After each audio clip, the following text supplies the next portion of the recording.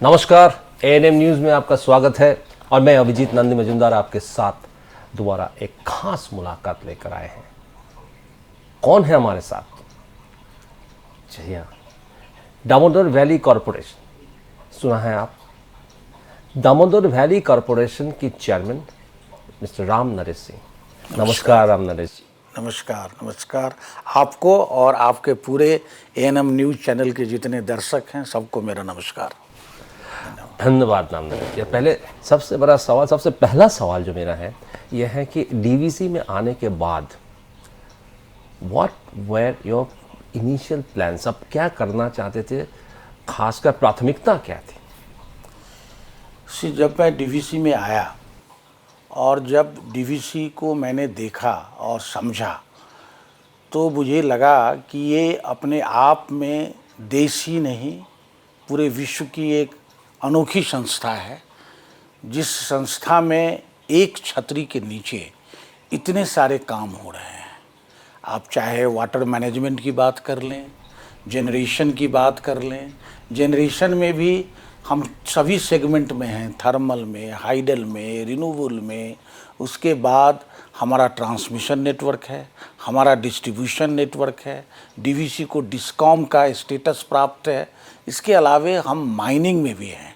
तो इतने सारे कार्य इस ऑर्गेनाइजेशन के द्वारा किया जा रहा है और ऑर्गेनाइजेशन किसी कारणवश जो हमारी हालत थी, फाइनेंशियल स्थिति थी, हम घाटे में चल रहे थे कॉर्पोरेशन। तो जब मैं ज्वाइन किया तो मेरी तो पहली प्राथमिकता थी कि इस कॉर्पोरेशन को टर्न अराउंड करना है, घाटे से इसको कैसे प्रॉफिट में लाया जाए। तो आने के बाद मैंने फिर अपनी प्राथमिकताएं उसके अनुसार निर्धारित किया। सबसे पहले जो मुझे लगा कि यहाँ हमारे मैन पावर इतने सक्षम अधिकारी और कर्मचारी दामोदर घाटी निगम में हैं, लेकिन कहीं न कहीं एक समन्वय का अभाव मुझे नज़र आया, जिसको कि कोऑर्डिनेशन कहिए, जिसको कि टीम वर्क कहिए, इसका मुझे कहीं ना कहीं अभाव लगा। तो मुझे लगा कि अगर मैं इनके अंदर टीम अच्छे से तैयार करूं, टीम स्पिरिट डेवलप करूं, सिनर्जी लाऊं, तो दे कैन डू मिरेकल। और मैं the day I join DVC I started working on that, how to bring people closer and closer. कुछ जो डिपार्टमेंटलाइज हो गए थे, सेगमेंट टाइप का काम हो रहा था, लोग बटे हुए थे, तो मेरा एक ही था कि उनको कैसे आपस में मिलाना है, जोड़ना है। मतलब कि आप कह रहे हैं कि तालमेल और उनको सबको मिलके कि हम सब में हम जो शक्ति है, अगर हम एक साथ मिल जाते हैं तो हम कोई भी चैलेंज जो है उसको हम पार कर सकते हैं, उसको हम पूरा कर सकते हैं। और हमने यही काम लोगों के अंदर और लोगों को साथ, और मैंने क्या किया कि I started interacting with all the people.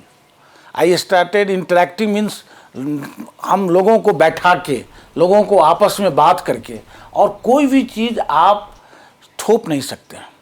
जो भी मेरे दिमाग में था, मैं लोगों से, I believe in consultation, discussion and consultation and taking everybody together. whatever decision we are taking, I want to bring everybody in that process of taking decision, so that he must feel that yes, I am also a part of the system. तो ये चीज़ अगर आप किसी व्यक्ति के अंदर ला देंगे कि अरे मेरे को भी पूछा जा रहा है, मेरी भी राय अहमियत है और मैं भी इस डिसीजन मेकिंग का एक पार्ट हूँ, तो वो क्या होता है, तब वो आदमी उसकी रिस्पॉन्सिबिलिटी को ओन करना शुरू करता है।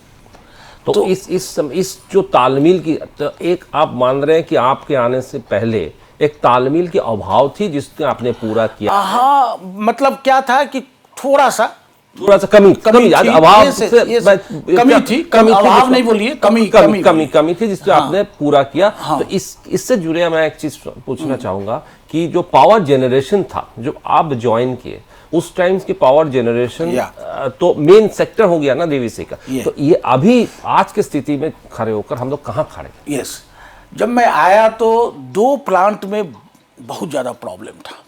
हमारा एक प्लांट है, आप जानते हैं, रघुनाथपुर जो पुरुलिया डिस्ट्रिक्ट में आता है। रघुनाथपुर पावर प्लांट में मैं देखा कि काफ़ी कम उत्पादन हो रहा है, उसका पीएलएफ काफ़ी कम चल रहा है। तो जब अंदर गया तो देखा कि वहाँ कोयले की आपूर्ति जिस ढंग से होनी चाहिए, कोयले की आपूर्ति नहीं हो रही है। दूसरा, कुछ उसमें डिज़ाइन का भी इशूज़ है, प्रॉब्लम्स है, जिसका मेंटेनेंस भी प्रॉपर नहीं हुआ है। तो कोयले की आपूर्ति करने के लिए रेलवे लाइन बनाने का काम था। वो कायम रेलवे लाइन बन रहा था, काफ़ी हद तक बन गया था, लेकिन कुछ पोर्शन आरओडब्ल्यू के प्रॉब्लम के चलते रुका हुआ था। तो मैं आने के बाद सबसे पहला काम मैंने किया कि उस लाइन को मैंने सोचा कि जैसे भी हो जल्द से जल्द पूरा करना है, और वो हम लोग कर पाए। बहुत कम दिनों में ही हमने लाइन को बना दिया। तो लाइन बनाने से क्या हुआ कि पहले कोयला केवल ट्रक से आता था, रोड से आता था, जिसके चलते पूरी मात्रा में जो हमारी ज़रूरत थी, आवश्यकता के अनुसार कोयले की पूरी आपूर्ति नहीं हो पा रही थी। रेल लाइन बन जाने से रेक से, ट्रेन से भी आना शुरू हो गया, रेक के थ्रू, तो कोयले की उपलब्धता को हमने बढ़ाया। तो उससे क्या हुआ, हमारा जनरेशन बढ़ा वहाँ पर। दूसरा, जो मेंटेनेंस से रिलेटेड था इश्यूज, उसको भी हम लोगों ने किया। हम लोगों ने ओवरऑलिंग कराया उस प्लांट का, और डिपार्टमेंटल, आपको जान के आश्चर्य होगा कि हमारे ऑफिसर्स, हमारे इंजीनियर्स कितने काबिल हैं कि वो चाइनीज़ यूनिट है, और चाइनीज़ के बिना फिजिकल सपोर्ट के हमारे इंजीनियर्स ने पहली बार कमीशनिंग के पहली बार उस यूनिट का ओवरऑलिंग किया, और उसके अंदर जो जो समस्याएं थी उसको ख़त्म किया, और आज जो है यूनिट 100% पीएलएफ पे चल रहा है। तो ये काम हुआ। दूसरा जो क्या था कि बेजिया हमारा सबसे बड़ा प्लांट है बांकुरा में, वहाँ 2340 मेगावाट है। वहाँ भी स्थिति थी कि सारे यूनिट्स नहीं चल रहे थे, तो वहाँ भी हमने सारे यूनिट्स को चलाया। उनके जो स्पेयर पार्ट से रिलेटेड इश्यूज थे उसको मैंने एड्रेस किया। तो करा के जो समस्या जनरेशन से आ रही थी, और वो हमने दूर किया। और आपको यह जान के खुशी होगी कि जब मैं ज्वाइन किया था 2021 में, तो 21-22 का जो जनरेशन हुआ उससे कहीं ज़्यादा 22-23 में, 21-22 का जनरेशन जो है वो हुआ था हमारा 38 बिलियन यूनिट, और ये 22-23 का जो जनरेशन है 43 बिलियन यूनिट, जो सबसे ज़्यादा, जो आज तक के हिस्ट्री में, डीवीसी के हिस्ट्री में इतना ज़्यादा जनरेशन डीवीसी ने नहीं किया। और करीब करीब अगर आप पीएलएफ के टर्म में देखेंगे तो 75%, उस साल 68-69% था, 75%, 6% हमने पीएलएफ भी बढ़ाया। तो ये जो आप दावा कर रहे हैं कि सबसे ज़्यादा जनरेशन आपने किया है, यही किसी की बात कर रहे हैं कि 43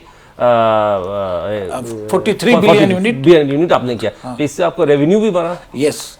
तो क्या हुआ, जब जनरेशन हमने किया और हुआ, तो आपको मैं बताऊं कि जो हमारा इस साल का 22-23 का अभी तो बड़ा ऑडिट चल रहा है, लेकिन जो प्रोविजनल अनऑडिटेड फिगर है वो करीब करीब हमें लग रहा है 24,000 करोड़ से ज़्यादा का रेवेन्यू हो रहा है, जो उस समय 18,000, 17,000, 18,000, 19,000 करोड़ पे था। तो रेवेन्यू भी हमारा काफ़ी बढ़ा। तो रेवेन्यू बढ़ा। दूसरी चीज़ हुई कि जनरेशन बढ़ा, और कुछ एक्सपेंडिचर पर फ्रंट पर भी हमने काम किया। देखिए, साधारण सा मैथमेटिक्स है। प्रॉफिट का मतलब क्या होता है, आपका लाभ कैसे होगा, आप कितना अर्न कर रहे हैं और कितना खर्चा कर रहे हैं, अर्निंग माइनस योर एक्सपेंडिचर।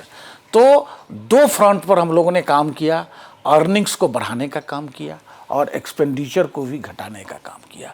जहाँ जहाँ हम एक्सपेंडिचर को, अनप्लान्ड एक्सपेंडिचर्स थे, जहाँ ज़्यादा खर्चा हो रहा था या किसी कारण से, उस चीज़ों पर भी हम लोगों ने ध्यान दिया। और जैसे बोलते हैं कि बूंद बूंद घड़ा भरता है, तो एक एक बूंद पर हमने ध्यान दिया। मैं एक छोटा सा उदाहरण दूंगा कि यहाँ जब आप पहले आते तो ये ऑफिस हमारा CISF वाज मैंडिंग। जी। मैं आने के बाद आप देखेंगे अब CISF नहीं है, हमारा DGR से जो सिक्योरिटी फोर्सेज है वो लगे हुए हैं। क्योंकि मैंने देखा यहाँ ऐसा कोई थ्रेट नहीं है कि हम ऑफिस में CISF लगा हुए, लेकिन कॉस्ट वाइज देखिएगा तो cost was around 7-8 times more than what today we are incurring in the security expenditure. तो just I want to give an small example कि मैंने किस किस जगह अटैक किया, छोटे से लेके बड़े जगह पर, और हम लोग कोशिश किए कि हम अपने एक्सपेंडिचर को कंट्रोल करें, कम करें, और उसमें हम लोगों को सफलता मिली। अभी पूरी नहीं मिली, हम लोग it's a process, continuous process, आप वी आगे आर बढ़ रहे ट्राइंग हैं। टू आगे करने तो का। जिसमें आप एक पावर जनरेशन बनाया है, एक रेवेन्यू जनरेशन बनाया है, और एक्सपेंडिचर को कंट्रोल करने के बाद एक्सपेंडिचर कंट्रोल मतलब ईच पेनी आप कंट्रोल कर रहे हैं, Yes. उसी को आप ऑन ही कर रहे हैं, यस आप यस ऑन ही कर रहे हैं। Yes yes. चलते चलते इस साथ में मैं ये भी पूछना चाहूँगा कि साथ में आप बंगाल और झारखंड दो सरकार के साथ डील कर रहे हैं, बहुत सारे राजनीतिक नेताओं के साथ डील कर रहे हैं, खासकर डीवीसी जहाँ पे है, काफ़ी सनसनीखेज सेंसेशनल एरिया है, उस जगह को सब मानते हैं चारों तरफ से। तो इसमें आप पर कोई दबाव, आप पर कोई ये कि आप हमारे लिए काम करिए, या पॉलिटिकल प्रेशर जो कहते हैं? एक्चुअली मैं इसमें कहना चाहूँगा कि मैं दोनों सरकार को, हमारे 3 पार्टिसिपेटिव गवर्नमेंट हैं, 2 तो राज्य सरकार है, बंगाल की सरकार है और झारखंड सरकार है, साथ में केंद्र सरकार है। ये हम लोगों का सौभाग्य है, मैं मानूंगा कि हमें तीनों सरकार का फुल सपोर्ट, फुल कोऑपरेशन और उनका गाइडेंस मिलता है। ये तो जब, क्योंकि 3 सरकार अलग अलग है, अलग अलग है, लेकिन फिर भी चाहे बंगाल की सरकार हो, चाहे केंद्र सरकार, तो है ही, हम लोग केंद्र के सरकार के अधीन है, मेरा direct reporting ministry of power के तहत है, और झारखंड की सरकार हो, दोनों सरकार, राज्य सरकार की जब बात करें, दोनों सरकार से हमें पूर्ण सहयोग मिलता है। देखिए, मेरा ये मानना है कि सरकार चलती है, कोई पार्टी आता है, नेता, राजनीति एक अलग विषय है, हम लोग राजनीतिज्ञ नहीं हैं, हम पब्लिक सर्वेंट हैं, हम अपने को पब्लिक का सर्वेंट मानते हैं, हमें जो दायित्व दिया गया है वो पब्लिक की सेवा करना है, तो हम अपने काम को ही करते हैं, हमें कोई पॉलिटिक्स और पार्टी में ना हम लोग रहना चाहिए और ना रहते हैं, ये हमारे इससे अलग का विषय है। और दूसरा मेरा मानना है, पता नहीं ये भी है, मैं अपने जीवन में इसको अपनाया हूँ, कि अगर आपका व्यवहार सही है, आप अच्छे मानसिकता के लोग हैं, तो दुनिया में आपको ज़्यादा से ज़्यादा अच्छे लोग ही मिलते हैं। तो मैं यहाँ आपका कहना सही है कि जब मैं ज्वाइन किया था तो वो भी मेरे लिए एक बहुत बड़ा चुनौती था कि झारखंड सरकार के साथ समन्वय स्थापित करना, बंगाल सरकार के साथ समन्वय स्थापित करना, लेकिन मैं इस काम में सफल हुआ हूँ, मैं समझता हूँ इस बात को।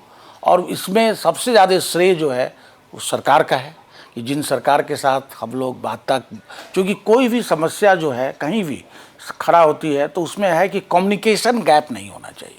कम्युनिकेशन गैप जब होता है तभी बातें बिगड़ती है। तो मैं हमेशा प्रयास करता हूँ कि हर लेवल पे कम्युनिकेशन चैनल बना रहे, अगर कुछ कहीं समस्या है तो जाके लोगों से बात करें। और मैंने देखा है दोनों सरकार में कभी भी कुछ इस तरह की बात हुई है, समस्या हुई है, तो हम लोग तो अधिकारी में बात करते हैं। तो अधिकारी के स्तर पर जब भी हम लोग गए हैं, चाहे वो बंगाल सरकार हो, पावर सेक्रेटरी के स्तर पर गए हैं, चीफ सेक्रेटरी के स्तर पर गए हैं, चाहे झारखंड सरकार हो, उन लोगों का हमेशा सहयोग मिला है, सकारात्मक सहयोग मिला है और लोगों ने सहयोग किया है और समस्या का हम लोग आपस में मिलकर समाधान निकाले हैं। तो मैं आपको इतना ज़रूर कहता हूँ कि आज के डेट में हमारी किसी राज्य सरकार से कहीं कोई हमारा मतभेद नहीं है और कहीं हम लोग पूरा बहुत बढ़िया, बहुत अच्छे ढंग से, अच्छे वातावरण में हम लोग काम कर रहे हैं, मिलजुल के काम कर रहे हैं। क्योंकि हम बंगाल के जनता का भी सेवा कर रहे हैं, झारखंड की जनता का सेवा कर रहे हैं और उसी सेवा करने के लिए हम यहाँ बैठे हुए हैं। तो बंगाल सरकार का जो सबसे बड़ा मुद्दा है कि बीवीसी पानी छोड़ता है और जिससे बाढ़ आ जाते हैं, गांव खत्म हो जाता है। तो इस पर लगातार मुख्यमंत्री ने बातचीत किया, कुछ समाधान निकालने की कोशिश भी कर रहे थे, तो और डीवीसी का भी की तरफ से उंगली उठे थे कभी। इस पर कुछ इस पर मैं ये बताऊंगा कि जो ये दामोदर घाटी का जो पानी का जो मैनेजमेंट होता है, उसके लिए एक रेगुलेटरी बॉडी है, DVRRC बोला जाता है उसको। और DVRRC जो है उसका जो कॉन्स्टिट्यूशन है उस बॉडी का, उसके chairman CWC central water commission के मेंबर रिवर मैनेजमेंट होते हैं और उसमें बंगाल के चीफ इंजीनियर इरिगेशन रैंक के, जो इरिगेशन डिपार्टमेंट है बंगाल का, उनके चीफ इंजीनियर मेंबर हैं, जो झारखंड गवर्नमेंट का इरिगेशन डिपार्टमेंट है उसके चीफ इंजीनियर मेंबर हैं, और हमारे भी जो चीफ इंजीनियर वाटर मैनेजमेंट के हैं वो उसके मेंबर हैं, और एक उसका मेंबर सेक्रेटरी होते हैं जो कि CWC के पदाधिकारी हैं, डायरेक्टर लेवल। और ये लोग जब बाढ़ का समय आता है, जब बरसात का समय आता है, जनरली समस्या तो बाढ़ के समय की आती है, तो ये लोग इसको रियल टाइम बेसिस पे मॉनिटर करते हैं कि पानी कितना आया, पानी कितना छोड़ना है, क्योंकि डैम की भी सुरक्षा एक प्राइम इम्पॉर्टेंस चीज़ है। क्योंकि अगर मान लीजिए डैम में खुदा ना खास्ते कुछ हो जाए तो उसकी क्या विभीषिका होगी, ये कल्पना से परे की बात है। तो वो भी एक उनका मुद्दा रहता है कि डैम भी सेफ रहे, साथ साथ पब्लिक को, जनता को कम से कम परेशानी का समस्या का समाधान, मतलब सामना करना पड़े परेशानी का। तो इन सारी चीज़ों को ख्याल में रख के वो लोग डिसाइड करते हैं कितना पानी रखना है, कितना पानी छोड़ना है। और उस ये मैं एक बार आपसे ये करूँ, ये CWC डिसाइड करते हैं? नो, ये DVRRC डिसाइड करते हैं। इसके मेंबर्स बंगाल के भी हैं, DVC के भी हैं, झारखंड के भी हैं।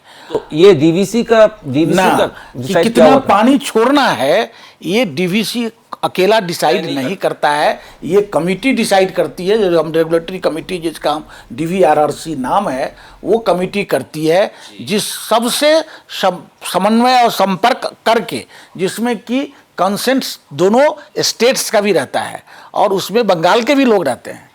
तो ये कह देना, अच्छा हाँ, DVC क्या करता है, जब वो, चूँकि डैम का ऑपरेशन मेंटेनेंस हमारे हाथ में है, तो जब वो बोलते हैं कि आप इतना क्यूसेक पानी इतना बजे से इतना बजे तक छोड़ेंगे, तो उसका इम्प्लीमेंटेशन जो है वो DVC करता है, वो इम्प्लीमेंटेशन पार्ट में। But we are not only involve in decision making we are also involve, but we are एक पार्ट है। हाँ, all people the stakeholders DVRCC करते हैं, हाँ, दे आर इन्वॉल्व। अच्छा, अब उसमें इस जो पानी छूटता है उसका पूरा एक मैनुअल है, वो मैनुअल बना हुआ है, और वो क्या है कि उस मैनुअल के हिसाब से क्या आपका किस तरह का नोटिस जाना है, उसका अलार्म बोलते हैं उसके, कि रेड लेवल का होगा, ग्रीन लेवल का होगा, yellow warning, standard operating procedure है, वो सबों के द्वारा वेटेड, DVRRC के द्वारा, CWC के द्वारा वेटेड सारा प्रोसीजर है। उसी प्रोसीजर के हिसाब से वो छोड़ा जाता है और उसका सब प्री इंफॉर्मेशन सबको दिया जाता है, सारे कलेक्टर्स को, SP को, यहाँ के हेडक्वार्टर के पदाधिकारी को। एक पूरा व्हाट्सएप ग्रुप बना हुआ है, उस व्हाट्सएप ग्रुप में मैसेज दिया जाता है, मेल में दिया जाता है, DVC के वेबसाइट में उसको छापा जाता है। तो अब मैं इस बात पे ज़्यादा नहीं जाना चाहूँगा, लेकिन मैंने आपको केवल प्रक्रिया समझा दिया, जबरदस्त आपने पूरा प्रक्रिया को समझाया, जो इसमें खासकर लोगों को पता ही नहीं है। तो इसलिए ये केवल ये कहना कि DVC छोड़ देता है, मैं समझता हूँ DVC के प्रति न्याय नहीं।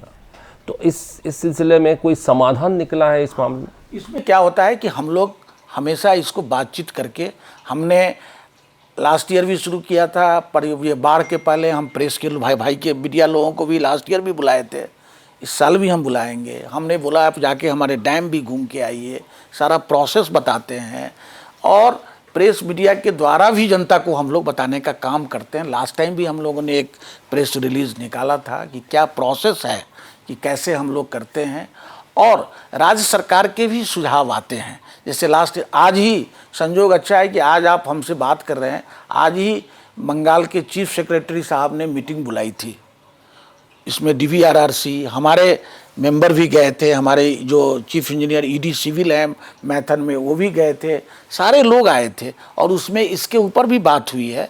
लास्ट ईयर भी कुछ सुझाव बंगाल गवर्नमेंट से आया था कि जब पानी के समय, बरसात के समय डैम का क्या लेवल रखा जाए, उसके हिसाब से हम लोग ओपन हैं, आपस में बातचीत करके। लास्ट ईयर भी जो उनका सुझाव था DVC ने उसको इम्प्लीमेंट किया, और आज की मीटिंग में भी ये बात हुई कि जो भी सुझाव होंगे कुछ इस तरह के करने के लिए, उसको हम लोग खुले दिमाग से, क्योंकि सर देखिए जनता के प्रति मेरी भी जवाबदेही है।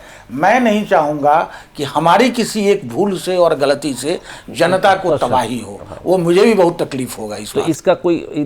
इसका कोई नियोजित समाधान मिलेगा, कोई एंड रिजल्ट? इसमें क्या हुआ, अब इसके इतिहास में जाना पड़ेगा कि जब दामोदर घाटी का जब ये हुआ और इसके फ्लड कंट्रोल की बात हुई तो कुल 7 डैम बनाने थे टोटल,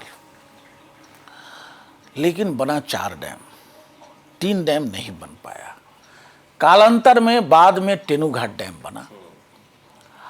अब जब 4 डैम भी बने तो जितना उसका फ्लड मॉड्यूलेशन के लिए जो डैम का रिजर्वायर कैपेसिटी होना चाहिए वाटर को, वो नहीं है, वो भी नहीं बन पाया। क्यों नहीं? 70% ही बना, क्योंकि आप जानते हैं कि उसके लिए ज़मीन की आवश्यकता होती है, लैंड की आवश्यकता है कि लैंड जितना रहेगा तो वो सबमर्जेंस एरिया हो जाता है।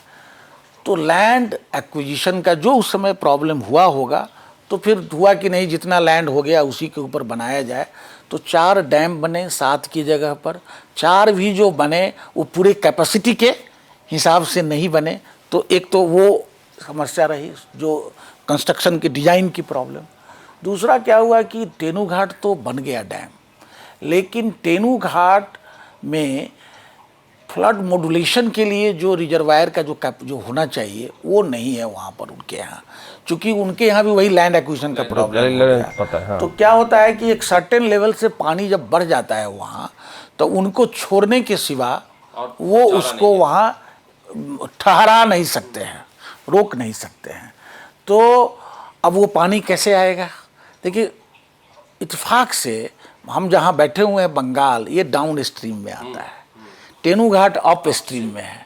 तो पानी तो ऊपर से नीचे ही आता है, नीचे से ऊपर तो आप पानी ले नहीं जा सकते, तो ऊपर से नीचे पानी का होता है। तो एक तो वो हुआ कि तेनूघाट के पास पानी को रोकने के लिए बाढ़ के समय क्षमता नहीं होने के कारण वहाँ से पानी आता है। पानी आके फिर कहाँ आता है? हमारे पंचायत के थ्रू फिर डाउन स्ट्रीम में इसी में आता है। एक तो ये हो गया। दूसरा जो डाउन स्ट्रीम के जो कैनाल्स है उसमें भी कुछ सिल्टेशन की समस्या है, कुछ जो है इंक्रोचमेंट की संख्या। आप जाएंगे कभी इसमें तो लोग घर बना लिए हैं, लोग इंक्रोच कर लिए हैं। तो क्या होगी, कैनाल का भी जो 2.5 लाख क्यूसेक की जो क्षमता थी वो अब रिड्यूस हो गई है इसके कारण। और दूसरा क्या हुआ कि डाउन स्ट्रीम में खाली नदी का पानी नहीं आता है। मान लीजिए गांव में पानी बरसात बहुत हो गया तो गांव घर तालाब भर के पानी कहाँ जाएगा? पानी फिर इसी कैनाल में आता है। तो एक तो ऊपर का फ्लो है ही, साथ साथ जो आसपास के गांव कस्बे शहर से जो पानी निकल रहा है वो पानी सब जाके इसमें आता है, और तभी जो है समस्या गंभीर हो जाती है। तो हमारे हिसाब से इस चीज़ को थोड़ा सा ध्यान देने की आवश्यकता है। और कैनाल वगैरह जो है आपको पता होना चाहिए कि दुर्गापुर बैराज और कैनाल जो है 1964 में ही डीवीसी ने वेस्ट बंगाल गवर्नमेंट को हैंडओवर कर दिया। तो इसका रखरखाव, इसका सब कुछ बंगाल गवर्नमेंट के पास है। तो फिलहाल बातचीत के ऊपर ही पूरा जो दारोमदार है ये बाढ़ की स्थिति का और इसका समाधान निकालने का। मैं दूसरा चीज़ों में जाऊंगा। ये है कि टूरिज़्म, डीवीसी का एक बहुत बड़ा अंकुश रहा है टूरिज़्म पर, नज़र रहा है टूरिज़्म पर। और माइथॉन जो है ना सिर्फ बंगाल की मगर कि झारखंड और देश के जो इस हिस्से के लोग माइथॉन जाते हैं, पंचर डैम जाते हैं। तो इस विषय में आपका कुछ प्लान्स हैं? आपने बहुत अच्छा विषय उठाया है। हम लोग जब मैंने कहा कि हमने अपने बिजनेस जो हम कर रहे हैं उस पर तो हमने ध्यान दिया ही। हमने एक आने के बाद एक कंसल्टेंट लगाया था जो कि हमारा बिजनेस प्लान 2030-2040 में क्या विज़न क्या होना चाहिए डीवीसी का, तो उन्होंने भी इस तरह के सुझाव दिए हैं कि डीवीसी को टूरिज़्म में भी कहीं ना कहीं जाना चाहिए। और मेरे दिमाग में भी ये बात थी, क्योंकि जब भी मैं जाता हूँ पंचायत में और ख़ास और मैथन में और ख़ास करके विंटर सीजन, तो जो इनफ्लो ऑफ टूरिस्ट है वहाँ पर आप देखेंगे तो लगता है कि यहाँ अगर कुछ करने की आवश्यकता है। करके हम और इसको बढ़ावा दे सकते हैं। तो वो हमारे प्रायोरिटी में है और हमने उस संबंध में काम भी शुरू कर दिया है। काम हमने शुरू किया है कि कैसे यहाँ पर इको टूरिज्म वगैरह को बढ़ावा दिया जाए। तो मैथन में हमारा एक याच क्लब करके होता था पुराना, वो अभी बंद हो गया है। अभी हमने उसको एक पब्लिक पार्टनरशिप मॉडल पे कि भाई आप हाँ पीपीपी की आप इसको डेवलप भी करिए, इसको ऑपरेट भी करिए, फाइनेंसिंग भी करिए और मेंटेन भी करिए। वो मॉडल पर हमने उसको यूआई कर दिया है। कुछ पार्टीज़ उसके लिए इंटरेस्टेड हैं, वो आए भी, उन्होंने अपना अपना प्रेजेंटेशन दिया है। तो वो जब हो जाएगा तो वहाँ पे हम बहुत कुछ करना है। जैसे कि हम उसमें चाह रहे हैं कि हाउस बोट रूम्स हो जाए, वाटर बंगलोज बना दें, फॉरेस्ट विलाज बना दें, मल्टी क्वेश्चन रेस्टोरेंट रहेगा, वाटर स्पोर्ट्स एक्टिविटीज़ होगी वहाँ पर। इसके बाद रिजुनवेटिंग सेंटर हो जाए, योगा सेंटर, इस तरह का। आप देखते हैं मेडिटेशन, आजकल क्या होता है कि बहुत कॉरपोरेट हाउस वाले चाहते हैं कि इस तरह की जगह पे वो अपने सीनियर ऑफिसर्स को भेजते हैं कि थोड़ा 8 दिन 7 दिन 10 दिन के लिए स्ट्रेस रिलीफ के लिए, कि स्ट्रेस रिलीफ भी हो उनका, योगा हो, मेडिटेशन हो और कुछ ट्रेनिंग भी उनका मैनेजरियल स्किल बढ़ाने के लिए। तो इस तरह के सेंटर भी हम वहाँ पर खोलना चाहते हैं। तो इसके लिए हमारा यूआई ऑलरेडी निकल गया है, तो हम टू स्टार्ट विथ ये करना। दूसरा हम चाह रहे हैं कि अपने चारों डैम को एक tourist circuit, DVC tourist circuit बनाना, जिससे कि मान लीजिए कि अगर उसमें हम जो उसके आसपास के हिस्टोरिक प्लेसेस हैं और जो रिलीजियस प्लेसेस भी हैं उनको हम उस सर्किट में जोड़ें और हम ऐसा टूरिस्ट ऑपरेटर को हम करें कि जैसे मान लीजिए कलकत्ता में टूरिस्ट आएंगे, कलकत्ता से उनको रिसीव करें एयरपोर्ट से, फिर उनको घुमाते हुए इधर से लेते हुए और चाहे तो लास्ट में हमारा जो तिलैया डैम करते हुए फिर रांची एयरपोर्ट से उनको हम रवाना कर दें, फिर वहाँ के अगल बगल के भी कुछ जो स्थान है दिखा के कर दें। तो ये 4 दिन 5 दिन का एक सर्किट रहेगा ये करके। तो इस पे भी हम लोग वर्किंग कर रहे हैं, इसके लिए भी हम पार्टनर खोज रहे हैं। हमने इवन मिनिस्ट्री ऑफ टूरिज्म, जो government of Jharkhand, government of Bengal और सेंट्रल गवर्नमेंट से भी हमारी बात चल रही है। इसके साथ साथ आप जानते हैं कि वहाँ पर फिशरीज़ वगैरह को भी डेवलप करने के ऊपर हम लोग मिनिस्ट्री ऑफ फिशरीज से भी हम बात कर रहे हैं। उनका कुछ केज फिशिंग ये सब करने का उनका होता है, तो उसको हम लोग कैसे बढ़ावा दें। तो वहाँ पर जो कोऑपरेटिव्स हैं, कोऑपरेटिव्स को बना के उनके थ्रू अगर हम आज वो फिशरीज जो हो रहा है अगर उसमें को हम और एफिशिएंसी बढ़ाते हैं तो उनकी जो शेयरिंग करें उसमें प्रॉफिट शेयरिंग तो उनका बढ़ेगा, डीवीसी को भी कुछ लाभ होगा। तो इस पे भी हम काम कर रहे हैं, फिशरीज के ऊपर में, ये आपका टूरिज्म के ऊपर में। तो ये सब नया नया एरिया है, जगह का छवि बदलने का कोशिश हम लोग कर रहे हैं, उसमें हम काम कर रहे हैं। ऑलरेडी इस पे जो है हमने यूआई वगैरह निकाल दिया है एंड इस साल तक हम लोग इसको कुछ स्वरूप दे देंगे। तो कब तक आपका उम्मीद है कि ये आप ये टूरिज्म सर्किट चालू कर पाएंगे? हम बता रहे हैं इस साल के अंत तक हमको रूप देने का हम लोग रखा है, अपना टारगेट बस ही रखा है। तो आपने बहुत सा चीज़ विस्तार से हमें बताया, खासकर काफ़ी कुछ कंट्रोवर्शियल चीज़ें जो हमारे जानकारी में नहीं थे। अंत में मैं ये पूछना चाहूँगा कि आगे जाकर डीवीसी का प्लान क्या है?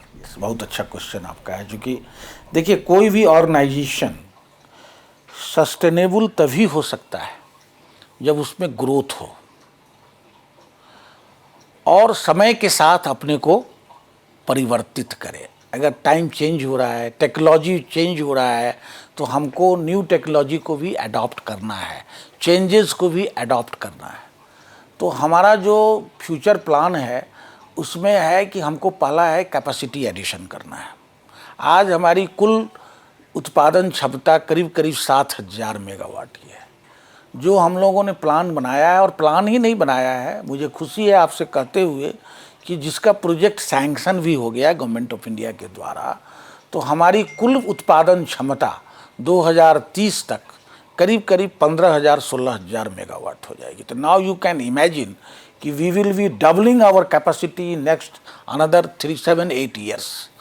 So that is the bigger plan, and that will be combination of brownfield thermal, then renewable, that Prime Minister has got a vision of 500 gigawatt renewable energy by 2030.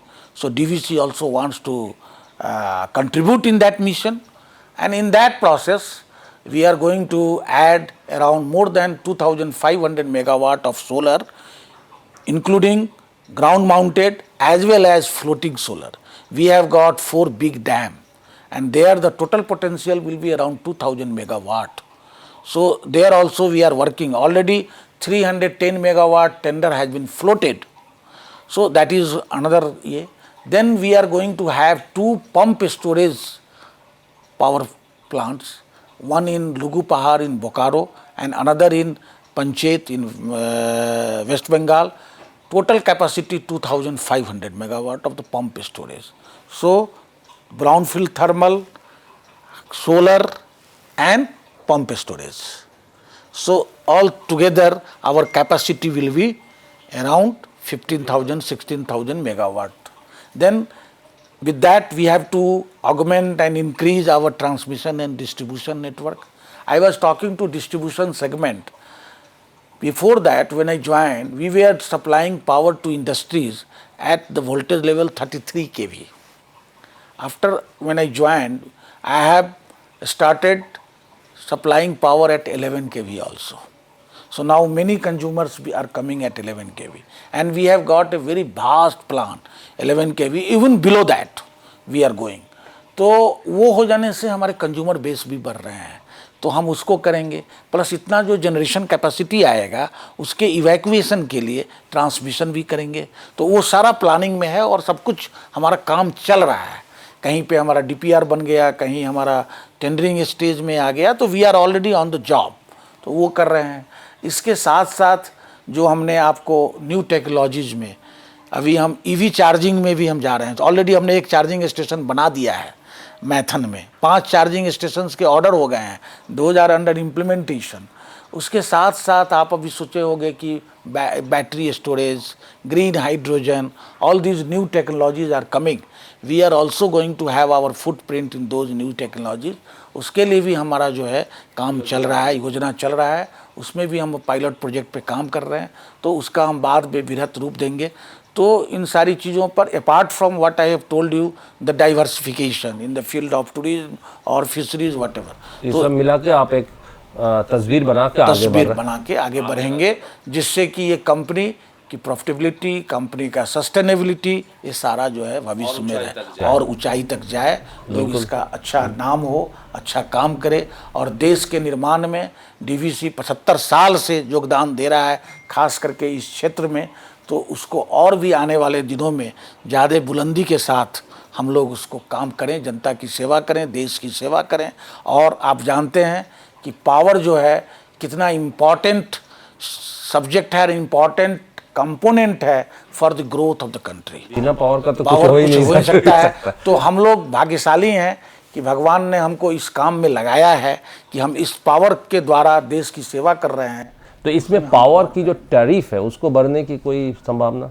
देखिए, पावर टैरिफ जो है हमारे यहाँ system है, उसके लिए commission, regulatory commission है, regulatory commission. तो देखिए, टैरिफ बढ़ता है जब इनपुट कॉस्ट बढ़ जाएगा। मान लीजिए हमारा इनपुट कॉस्ट बढ़ेगा, एम्प्लॉइज कॉस्ट बढ़ेगा, तो लाजमी है कि पावर टैरिफ, इन्फ्लेशन बढ़ेगा तो बढ़ेगा, लेकिन उसी रेंज में बढ़ता है, ऐसा नहीं कि बहुत एब्रप्ट बढ़ता है। आपको उम्मीद है कि सामने आने वाले दिनों में पावर टैरिफ बढ़ने का संभावना है? बहुत ज़्यादा नहीं बढ़ेगा, पैसे में 2, 4, 5, 10 पैसा, इससे ज़्यादा नहीं बढ़ता है पावर टैरिफ। तो जो कि अफोर्डेबल हो, क्योंकि हमारे सरकार का, हम लोगों का भी है कि पावर की 24/7 उपलब्धता विथ अफोर्डेबिलिटी, हमारी जनता उसको खरीद सके, लोग खरीद सके, तो कॉस्ट पे भी हम लोग ध्यान देते हैं। और जब ये रिन्यूएबल का ज़्यादा इंटीग्रेशन होगा तो कॉस्ट घटेगा आने वाले दिनों में। ये आप सबसे बड़ी बात कही है कि 24/7 अवेलेबिलिटी विथ अफोर्डेबिलिटी, या कि जनता के पास जनता खरीद सके और पावर हमेशा मिल सके। यही उद्देश्य है हमारा और हमारे मंत्रालय का और सारे सरकार का, कि इसको ध्यान में रखते हुए हम लोगों को काम करना है। तो सिंह साहब, आपने बहुत सा बड़ी बात कही है, मगर जनता के आश्वासन के लिए कि पावर की टैरिफ बढ़ने की कोई संभावना, कोई गुंजाइश आने वाले दिनों में बहुत ज़्यादा है नहीं। और डीवीसी की मानना यह है कि 24 घंटा आपके घर में इलेक्ट्रिसिटी बने रहे और अफोर्डेबल इलेक्ट्रिसिटी रहे। धन्यवाद सिंह साहब हमारे साथ बातचीत करने के लिए और ये सब शेयर करने के लिए। आप देखते रहिए एएनएम न्यूज़ और आने आने दिनों में ऐसा ही कुछ इम्पॉर्टेंट इंटरव्यू लेके आपके सामने हम लोग फिर खड़े होंगे। नमस्कार। Please don't forget to subscribe our channel and also click the bell icon to get the latest updates.